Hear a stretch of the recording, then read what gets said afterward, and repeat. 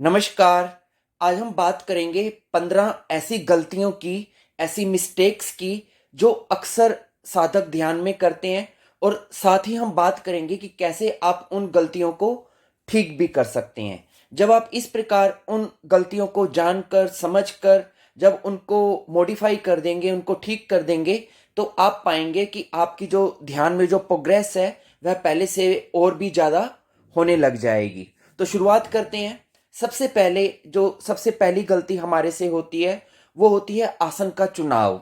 अक्सर हम क्या करते हैं, जब हम भगवान बुद्ध को आसन में बैठे देखते हैं, भगवान महावीर को आसन में बैठे देखते हैं, बिल्कुल कमर सीधी, गर्दन सीधी, पद्मासन में, सिद्धासन में, तो हमें लगता है कि हमें भी ध्यान की शुरुआत इसी प्रकार आसन में बैठकर करनी चाहिए। लेकिन हम ये भूल जाते हैं कि भगवान बुद्ध जिस आसन में बैठे हैं, उनको उस आसन में बैठने में उनके पीछे उनकी पूरी तपस्या शामिल है। लेकिन हम संसारिक लोग, जिनके वजन बढ़े हुए हैं, किसी के घुटने में दर्द है, किसी के कमर में दर्द है, किसी का पेट आगे निकला हुआ है और कभी योगा करते हैं, नहीं करते हैं, तो ऐसी परिस्थिति के अंदर हम जो साधारण जन हैं, इन कठिन आसनों में एकदम से नहीं बैठ सकते हैं।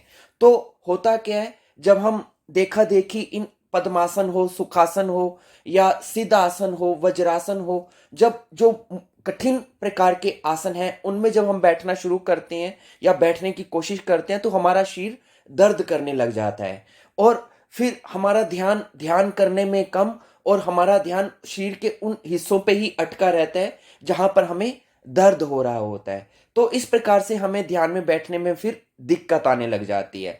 तो आपको क्या करना है, हालांकि अच्छा है अगर आप किसी आसन को सिद्ध कर लेते हैं, योग के द्वारा किसी योगा कक्षा में जाकर अगर आप किसी आसन को सीख लेते हैं, सिद्धासन को, पद्मासन को, तो अच्छी बात है। अगर आप उस आसन में बैठकर कर लेते हैं तो उससे आपको लाभ होगा। लेकिन अगर आप नहीं बैठ पाते हैं अपनी किसी शारीरिक अक्षमता के कारण, तो बेहतर है कि आप सामान्य अवस्था में बैठें। आप सामान्य अवस्था में चौकड़ी मारकर सुखासन में बैठ जाएं। ध्यान में यह जरूरी है कि आपको किसी प्रकार की कोई असुविधा नहीं होनी चाहिए। अगर आप किसी प्रकार का, आपको शरीर में दर्द हो रहा है, आपको कहीं डिस्कंफर्ट लग रहा है, तो आप ध्यान में नहीं जा पाएंगे। तो ध्यान में जाने की पहली शर्त यही है कि आप सुख से बैठें और किसी प्रकार की आपको असुविधा नहीं होनी चाहिए। तो अगर आप कठिन आसन में नहीं बैठ सकते हैं तो सुखासन में बैठ जाएं। और अगर आपको कमर में दर्द रहता है, आप चौकड़ी मार के भी नहीं बैठ सकते हैं, घुटनों में दर्द रहता है, तो आप अपनी दोनों लेग स्ट्रेट करके बैठ जाएं। और अगर आप ज़्यादा देर तक कमर सीधी रख के नहीं बैठ सकते हैं, तो आप दीवार का सहारा लेकर भी बैठ सकते हैं, कुर्सी पर भी बैठ सकते हैं, दोनों लेग को नीचे स्ट्रेट रख के भी बैठ सकते हैं। ज़्यादा से ज़्यादा बस आपको इतना ध्यान रखना है बैठते वक्त कि आपकी कमर सीधी रहे और गर्दन सीधी रहे। लेकिन कमर और गर्दन को भी अकड़ा कर जबरदस्ती सीधा रखने की कोशिश नहीं करनी है। सहज रूप से, शांति के साथ, जितनी देर आप कमर और गर्दन को सीधा रख के बैठ सकते हैं उतनी देर बैठें। उससे ज़्यादा आपको लगे कि उससे ज़्यादा आप नहीं बैठ सकते हैं, तो बीच में थोड़ा ब्रेक ले लें। थोड़ा सा 1-2 मिनट के लिए कमर को आप झुका भी सकते हैं, और गर्दन को भी झुका सकते हैं। और जब आप थोड़ा रिलैक्स हो जाएं तो फिर से कमर और गर्दन को सीधा कर दें। इस प्रकार सहज भाव से बैठें। और अगर आपको कमर में दर्द रहता है तो बेहतर रहेगा कि आप अपने हिप्स के नीचे तकिया रख लें, एक कुशन रख लें, जिससे कि आपकी बैकबोन स्ट्रेट हो जाएगी और आपको कमर में दर्द भी नहीं होगा। और इतना सब कुछ करने में भी अगर आपको तकलीफ होती है तो अंतिम उपाय यही है कि फिर आप लेट कर ध्यान करें। लेकिन लेट कर ध्यान करने में सिर्फ आपको इस चीज का ध्यान रखना है कि आपको सोना नहीं है। तो ये पहली बात हमारी कंप्लीट हुई आसन को लेकर, कि आपको ये गलती नहीं करनी है कि आप जबरदस्ती किसी आसन को, मुश्किल आसन को सिद्ध करने की कोशिश में पड़े रहें। दूसरी बात, हम क्या करते हैं कि हम जबरदस्ती एकाग्रता को साधने की कोशिश करते हैं। अक्सर क्या होता है, हम बस एक ही चीज जानते हैं कि सिद्धासन में बैठ जाएं और आज्ञा चक्र पर ध्यान लगाना शुरू कर दें। और जबरदस्ती हम अपनी आज्ञा चक्र पर, अपने दोनों बाहों के बीच में उस बिंदु पर अपनी अटेंशन को केंद्रित करना शुरू कर देते हैं। अपने माथे को टाइट कर लेते हैं, सिर को टाइट कर लेते हैं, नसों को टाइट कर लेते हैं। तो होता क्या है, जब हम इतनी एकाग्रता जबरदस्ती करते हैं तो उससे हमें सिर दर्द होने लग जाता है, हमें उल्टी आने की फीलिंग होने लग जाती है, कई बार तो हमें चक्कर भी आने लग जाते हैं। तो आपको ऐसा नहीं करना है। ध्यान में आपको एकाग्रता अगर करनी है तो उसे जबरदस्ती नहीं करना है, सहज रूप से आपको हर क्रिया को करना है। तो उसमें आप क्या करें, जब भी आप ध्यान में बैठें तो अपने चेहरे को ढीला छोड़ के रखें, अपने फेशियल मसल्स को ढीला छोड़ के रखें, अपने मस्तिष्क के तंतुओं को शिथिल और ढीला छोड़ के रखें। अपनी आंखों को भी जबरदस्ती टाइट करके बंद नहीं करना है, बस हल्का सा पलकों को गिर जाने दें, यानी कि आंखों को कस के बंद मत करें। और अपने मुंह के अंदर अपने दोनों दांत की पक्तियों को टाइट करके मत रखें, अपनी जीभ को भी पीछे खींच के मत रखें। मुंह के अंदर अपने दोनों दांत की पंक्तियों को ढीला छोड़ के रखें, जीभ को भी ढीला छोड़ के रखें, और दोनों होठों को भी कस के बंद मत रखें। बेहतर है कि दोनों होठों के बीच में थोड़ा गैप बना के रखें। कहने का तात्पर्य है कि आपने अपने सिर के ऊपरी भाग पर जबरदस्ती तनाव को नहीं लेके आना है, उसको ढीला छोड़ के रखें। उसके बाद तीसरी गलती, हम क्या होता है कि अक्सर जब हम ध्यान में बैठते हैं, थोड़ा गहरा जाते हैं, तो कई बार हमें प्रकाश दिखाई पड़ जाता है, कई बार हमें झटका लग जाता है, और कई बार हमारी सांस रुक जाती है, रुकती नहीं है, वो इतनी स्लो हो जाती है कि ऐसे लगता है कि जैसे रुक गई है। तो इससे क्या होता है कि हम डर जाते हैं और डर के एकदम से अपनी आंखें खोल देते हैं। तो जब आप इस प्रकार डर के एकदम से आंखें खोल देंगे, क्या होगा, जो आपके अंदर जो ध्यान की गहराई में आप जा रहे थे, वो ध्यान की गहराई से आप वापिस आ जाएंगे और आपका ध्यान भंग हो जाएगा। तो आपने ये गलती नहीं, और कई लोग तो क्या करते हैं, केवल आंखें ही नहीं खोलते, उसी वक्त उठ जाते हैं, ध्यान ही करना छोड़ देते हैं, इतना डर जाते हैं। तो ये गलती आपको नहीं करनी है। अक्सर जब आप ध्यान में होंगे तो आपको ये अनुभव तो आएंगे ही। कई बार हमें मन भी डराता है जानबूझकर, कोई वो आपको कल्पित भय दिखा देगा, और मन इसलिए डराता है ताकि आप ध्यान ना करें, क्योंकि अगर आप ध्यान में गहरे जाएंगे तो मन की जो पावर है वो कम होनी शुरू हो जाती है। तो मन अपनी सत्ता को बचाने के लिए आपको इस प्रकार से डराने लग जाता है। और कई बार हमारे अवचेतन मन में भी हमारे पूर्व जन्मों के या बचपन के कुछ डर हमारे मन में दबे होते हैं। तो जब हम ध्यान में बैठते हैं तो हमारा अवचेतन मन खुलता है, तो अंदर के कुछ डर ऊपर की ओर आना शुरू हो जाते हैं, वो एक तरह से हमारे अंदर से बाहर निकल रहे होते हैं। तो ऐसे में आपको, अगर आप डर जाएंगे तो जो प्रोसेस है वो बीच में ही अटक जाएगी। तो आपको क्या करना है, अगर कभी भी आपको ऐसी अनुभूति हो तो आपको याद रखना है कि आपने अपनी आंखें नहीं खोलनी है और ना ही उठना है, बस साक्षी बने रहें और ये देखें कि ये सिर्फ मन की क्रियाएं हैं जो अपने अंदर चल रही हैं, इससे मुझे कोई अहित नहीं होगा, जल्दी ही ये चीज खत्म हो जाएगी। तो तीसरी चीज ये याद रखनी है कि ध्यान के दौरान कभी भी आप डरे मत और डर के अपनी आंखें मत खोलें। चौथी बात, कई बार क्या होता है कि जैसे ही आप ध्यान करके उठेंगे तो ध्यान करके उठने के बाद आप एकदम से क्रियाशील हो जाते हैं। ध्यान से उठे और टीवी लगा लिया, टीवी को देखने लग गए, कुछ पढ़ने लग गए, बाजार चले गए, खाना खाने लग गए, बोलने लग गए।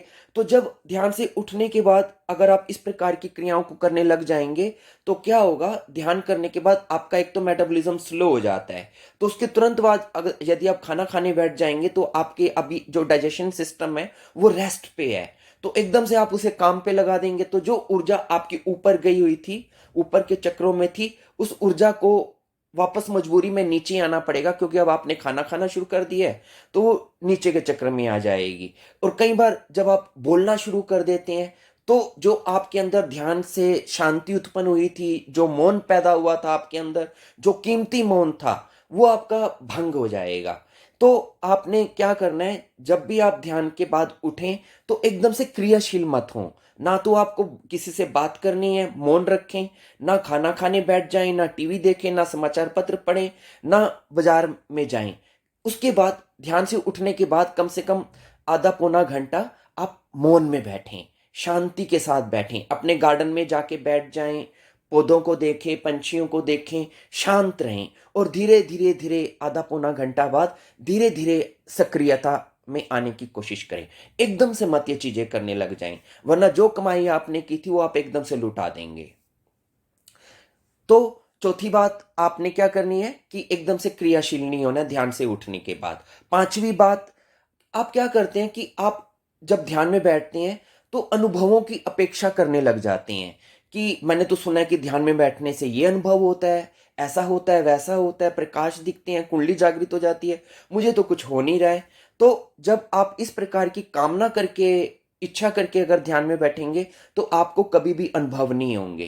क्यों? क्योंकि ध्यान में जो भी कीमती अनुभव होते हैं वो आपकी इच्छा के बिना होते हैं, वो परमात्मा की कृपा से होते हैं, आपके चाहने से नहीं होते। इसलिए कभी भी अपने मन में कामना मत रखें कि मुझको ये अनुभव हो। तो पांचवी बात आपको यह ध्यान रखनी है कि बिना कामना के अनुभवों की अपेक्षा के आप ध्यान में बैठें। छठी बात जो आप गलती करते हैं, जो नहीं करनी है, कि आप नकारात्मक मत बोलें। कई बार क्या होता है कि जब आप ध्यान की प्रक्रिया से गुजर रहे होते हैं, अपनी साधना से गुजर रहे होते हैं, तो आप जो भी बोलते हैं वो सच होने लग जाता है। फिर उसमें चाहे अब अगर कोई आप अच्छी बात बोलेंगे तो वो भी सच होगी, और अगर आप कोई बुरी बात बोल देंगे तो वो भी सच हो सकती है। तो इसलिए ध्यान के दौरान शुद्धि पे इतना जोर दिया जाता है कि ध्यान करने से पहले, अपने चक्रों के खुलने से पहले आप अपने शरीर को शुद्ध करें, अपने मन को शुद्ध करें, अपने भावों को शुद्ध करें, ताकि आपके अंदर प्रेम उत्पन्न हो, आपके अंदर नफरत, क्रोध, हिंसा ये वाले भाव ना बचें। क्यों? अगर आपके अंदर नकारात्मक भाव हुए और अगर आपने किसी किसी से अगर आप लड़ झगड़ पड़े और आपने किसी को कोई बुरी बात कह दी तो वो बुरी बात आपकी पूरी हो सकती है। तो आपको ये चीज का ध्यान रखना है कि आप अपने प्राणायाम के द्वारा, अपने आहार में शुद्धि के द्वारा, अपने भावों में शुद्धि के द्वारा, शरीर को शुद्धि के द्वारा आपको अपनी भावों को शुद्ध रखना है और हमेशा सकारात्मक बात बोलनी है। किसी को कोई नकारात्मक बात या कोई ऐसी बात जो किसी को नुकसान पहुंचा सकती है वो आपको नहीं बोलना है। सातवीं बात, आपको ब्रह्मचर्य का पालन करना है। क्या होता है जब हम ध्यान में जा रहे होते हैं तो हमारी ऊर्जा ऊर्ध्वगमन करना शुरू कर देती है, यानी कि हमारी ऊर्जा मूलाधार से ऊपर के चक्रों की ओर चलना शुरू कर देती है। अगर इस दौरान आप सहवास में उतरेंगे, सहवास करने लग जाएंगे तो क्या होगा, वो ऊर्जा जो ऊपर जा रही थी उसे फिर आप नीचे के चक्रों में खींच लाएंगे। तो बड़ी मुश्किल से ध्यान करके, बूंद बूंद करके जो आप अपनी ऊर्जा को ऊपर की ओर लेके जा रहे थे, वो सहवास करने से आपकी एक ही झटके में नीचे आ जाएगी, जिससे कि आपको हानि होगी। तो आपको क्या करना है, अगर तो आप तपस्वी हैं, साधक हैं, फिर तो आप संपूर्ण ब्रह्मचर्य का पालन कर सकते हैं। लेकिन अगर आप संसारी साधक हैं, आप विवाहित हैं, आपको सब चीजों को देखना है, तो आप ज्यादा से ज्यादा महीने में 1 या 2 बार सहवास में उतर सकते हैं। अदरवाइज आपको ब्रह्मचर्य का पूरा पालन करना है। तो सातवीं बात आपको यह ध्यान में रखनी है। आठवीं बात, कई बार क्या होता है कि अगर आप किसी मंत्र का जाप कर रहे हैं और लंबे समय से मंत्र का जाप कर रहे हैं और मंत्र का जाप करते करते अब आपका ध्यान गहरा होना शुरू हो गया है, तो एक स्थिति ऐसी आती है गहरे ध्यान में जाके जब आपको मंत्र भी बाधा देने लग जाता है। मंत्र आपका दिल करता है बस अब मंत्र भी मत जपूं मैं। आप इतने शांत हो जाते हैं कि जो मंत्र के शब्द हैं वो भी आपको पीड़ित करने लग जाए, आपको डिस्टर्ब करने लग जाते हैं। और जैसे कि संगीत के साथ भी होता है, मान लीजिए कि आप संगीत को सुनते हुए ध्यान कर रहे हैं, तो शुरू शुरू में तो संगीत आपको बहुत प्रीतिकर लगता है, कर्ण प्रिय लगता है, आपको अच्छा लगता है। लेकिन जैसे जैसे आप ध्यान में गहरे जाने शुरू हो जाएंगे, 20, 30, 40 मिनट के बाद आपको वो संगीत भी तंग करने लग जाएगा। आपको लगेगा कि इतना असीम शांति अंदर है तो ये संगीत भी कहीं अखर रहा है, तो आप उस संगीत को भी बंद कर देंगे। इसी प्रकार मंत्र के साथ भी होता है। मंत्र जाप के बारे में यह बोला जाता है कि जब आपका मंत्र सिद्ध हो जाता है तो इसका मतलब आपकी माला टूट जाती है। यानी कि जब जाप करते करते आपकी माला टूट जाए तो इसका मतलब आपका मंत्र सिद्ध हो गया है। इसका मतलब यह नहीं कि असली में आपकी माला टूट जाएगी, ये सिर्फ एक सिंबॉलिक अर्थ है इसका, कि इसका मतलब है कि जब आपका ध्यान गहरा हो जाए तो आपका मंत्र भी छूट जाएगा। मंत्र का काम सिर्फ शुरू शुरू में आपको एक स्टार्ट देना है। एक बार आपकी स्टार्टिंग हो जाए, एक बार आपका मन एकाग्र हो जाए, शुरू शुरू में आप मंत्र को अच्छी तरह से करें, जाप करें, जितनी उसकी आपकी आवृत्ति करना चाहते हैं वो करें। लेकिन एक सीमा के बाद, एक समय के बाद आपका मंत्र भी छूट जाएगा। तो जब आपकी वो स्थिति आ जाए कि जब आपका मंत्र छूटने वाला हो चुका है, अब आपको मंत्र जाप करना भी भारी पड़ रहा है, तो इसका मतलब अब आपका मंत्र सिद्ध हो गया है, इससे आगे उसकी जरूरत नहीं है। अब उसका जाप बंद करके सिर्फ निर्विचार स्थिति में बैठ जाए। उसके बाद नौवीं बात, हम क्या करते हैं कि हम विचारों को जबरदस्ती रोकने की कोशिश करते हैं और हम ये भूल जाते हैं कि ध्यान में जब भी आप बैठेंगे तो विचार तो आपको तंग करेंगे ही। विचार पैदा होते हैं हमारी इच्छाओं के कारण। अगर आपके अंदर बहुत सारी एम्बिशंस हैं, इच्छाएं हैं, तो आपका मन विचार करेगा ही। तो ऐसे में आपको जबरदस्ती नहीं करनी है, बल्कि आपको निरंतर प्रयास करते रहना है। धीरे धीरे जब आप निरंतर प्रयास करते रहेंगे, धैर्य बनाकर रखेंगे, तो एक टाइम ऐसा आएगा जब विचार आपके शांत होने शुरू हो जाएंगे। लेकिन उसको एकदम से रोकने की कोशिश मत करें, ताकत लगा के उनको दबाकर रोकने की कोशिश मत करें, वरना आप फ्रस्ट्रेटेड हो जाएंगे। तो धैर्य रखें, धीरे धीरे आप साक्षी भाव से विचारों को बस देखते रहें। दूर खड़े होकर, तटस्थ होकर आप उनको सिर्फ ऑब्जर्व करें। धीरे धीरे धीरे धीरे वो अपने आप ही शांत होने शुरू हो जाएंगे। उनको जबरदस्ती रोकने की कोशिश मत करें। और 10वीं बात जो आप गलती करते हैं कि जब हम ध्यान में बैठते हैं, कई बार हम कल्पनाएं करने लग जाते हैं। कल्पनाएं करने लग जाते हैं कि मेरी कुंडलिनी जागृत हो चुकी है, मुझे भगवान शिव के दर्शन हुए, मुझे हिमालय के दर्शन हुए, मुझे वो संत आए, उन्होंने मेरे से ये बात की। तो ये सभी जो है आपकी मन की कल्पनाएं भी हो सकती हैं, इमेजिनेशन भी हो सकती हैं। आपको ध्यान रखना है कि जब आप ध्यान में जाते हैं तो ध्यान एक निर्विकार अवस्था है। वहां पर कोई आकार नहीं है, वो निर्विकार है। और ध्यान एक निर्विचार अवस्था है, वहां कोई विचार भी नहीं है, वो एक शून्य अवस्था है। तो जब अगर आप कोई कल्पना करेंगे तो ये मन का ही खेल होता है। मन आपको ध्यान से दूर करने के लिए कई प्रकार की कल्पनाओं में बिजी कर देता है। तो आपको ये ध्यान रखना है कि आपको किसी प्रकार की कल्पनाओं में नहीं जाना है, बल्कि मन की जो शून्य अवस्था है, निर्विचार अवस्था है, निर्विकार अवस्था है, उसमें स्थित होना है। उसके बाद 11वीं गलती, कई बार क्या होता है कि हम अपने जो भी ध्यान में अनुभव होते हैं वो दूसरों को बताना शुरू कर देते हैं कि मेरे को ये अनुभव हुआ, मेरे को ऐसा अनुभव हुआ। तो इसमें क्या होता है, आप अपने अहंकार को मजबूत कर रहे होते हैं, आप अपनी ईगो को शो कर रहे होते हैं कि देखो मैं कितना बड़ा साधक हूं, मेरे को ऐसे ऐसे अनुभव हो रहे हैं। तो आपको ऐसा नहीं करना है। अपने अनुभव अगर आप दूसरों को बताएंगे तो आपको वो अनुभव होने ही बंद हो जाएंगे, फिर वो दोबारा होंगे ही नहीं। इसलिए ध्यान रखें, जो भी आपको अनुभव होते हैं आपको वो दूसरों से शेयर नहीं करने हैं। हाँ, अगर आपको कोई इमरजेंसी आ गई है, कुछ ज़्यादा ही लग रहा है कि नहीं मुझे तो ये बात करनी ही पड़ेगी, तो ज़्यादा से ज़्यादा आप अपने गुरु से उसके बारे में बात कर सकते हैं। या अगर आपको गुरु उपलब्ध नहीं है तो किसी जानकार या किसी विद्वान व्यक्ति से फेस टू फेस उनसे बात कर सकते हैं, उससे राय ले सकते हैं। लेकिन हर किसी को, मित्रों को, घर में सदस्यों को, हर किसी को अपने अनुभवों को बताने की आवश्यकता नहीं है। 12वीं बात कि जब भी आप ध्यान में बैठें तो एकदम से नहीं बैठ जाना है, और जब भी ध्यान से बाहर आए तो एकदम से ध्यान को खत्म नहीं करना है। ध्यान शुरू करने से पहले और ध्यान खत्म करने से पहले आपको 1-2 मिनट के लिए हाथ जोड़कर अपने गुरुदेव को याद करें, अपने इष्ट देवता को याद करें और उनको प्रार्थना करें कि मेरा ध्यान अच्छी प्रकार से लगे। तो जब आप ध्यान के आरंभ और अंत में इस प्रकार प्रार्थना करके बैठेंगे तो आपको गुरु का और अपने इष्ट देवता का आशीर्वाद प्राप्त होगा, जिससे कि आप ध्यान में गहरे जा पाएंगे। उसके बाद 13वीं बात, कई बार क्या होता है कि जब हम ध्यान हमारा सघन होना शुरू होता है तो हमारे अंदर एक विरक्ति की भावना पैदा होनी शुरू हो जाती है, हमारे अंदर वैराग आना शुरू हो जाता है और हमारा दिल करता है कि हम अपने काम धंधों को छोड़ दें और कहीं दूर आश्रम में जाकर रहना शुरू कर दें। लेकिन यहां आपको ध्यान रखना है कि इस मामले में आपको जल्दबाजी नहीं करनी है। हाँ, एक समय के बाद, लंबे अनुभवों के बाद, 10-20 साल, 30 साल जब आप ध्यान में पक जाएं तो हो सकता है कि आपका वैराग उस लेवल पे आ जाए और आप ऐसा कर भी सकती हैं एक सीमा पे आकर। लेकिन अगर अभी आप आरंभिक साधक हैं, अभी आप 2-4 साल ही आपको ध्यान करते हुए हैं और आपके अंदर ये वैराग आ रहा है, तो ये एक छलावा भी हो सकता है, मन की एक ये कच्ची स्थिति भी हो सकती है। तो कई बार क्या होता है, मेरे पास कई ऐसे साधक आते हैं जिन्होंने अपना अनुभव मेरे से शेयर किया कि उनको ऐसे ही वैराग आया और उन्होंने अपनी जॉब छोड़ दी, अपनी सरकारी नौकरी छोड़ दी और घर पे ही बैठकर माला जपनी शुरू कर दी। उन्हें लगा कि बस अब तो हम पहुंच गए हैं, हम तो सिद्ध हो गए हैं। लेकिन वो भाव अस्थाई था। जब उनका वो वैराग्य का भाव जैसे उठा वैसे ही जब नीचे आ गया तो फिर उनको पश्चाताप हुआ कि उन्होंने अपनी सरकारी नौकरी को भी छोड़ दिया, अब घर के रहे ना घाट के। तो ऐसी स्थिति से बचना है। ऐसे जो तीव्र आवेग आ जाते हैं उनमें अपने आप को संतुलित करके रखें, अपने आप को डिसबैलेंस मत करें और जल्दी से कोई किसी प्रकार का भावों में आकर कोई निर्णय मत लें।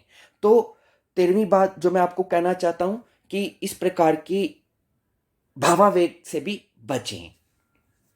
14वीं बात कि कई बार क्या होता है कि जब आप ध्यान में बैठते हैं तो आपको लगता है कि आप ध्यान कर रहे हैं, बड़े गहरे ध्यान में जा रहे हैं, लेकिन एक्चुअली आप नींद में जा रहे होते हैं, आप सो रहे होते हैं।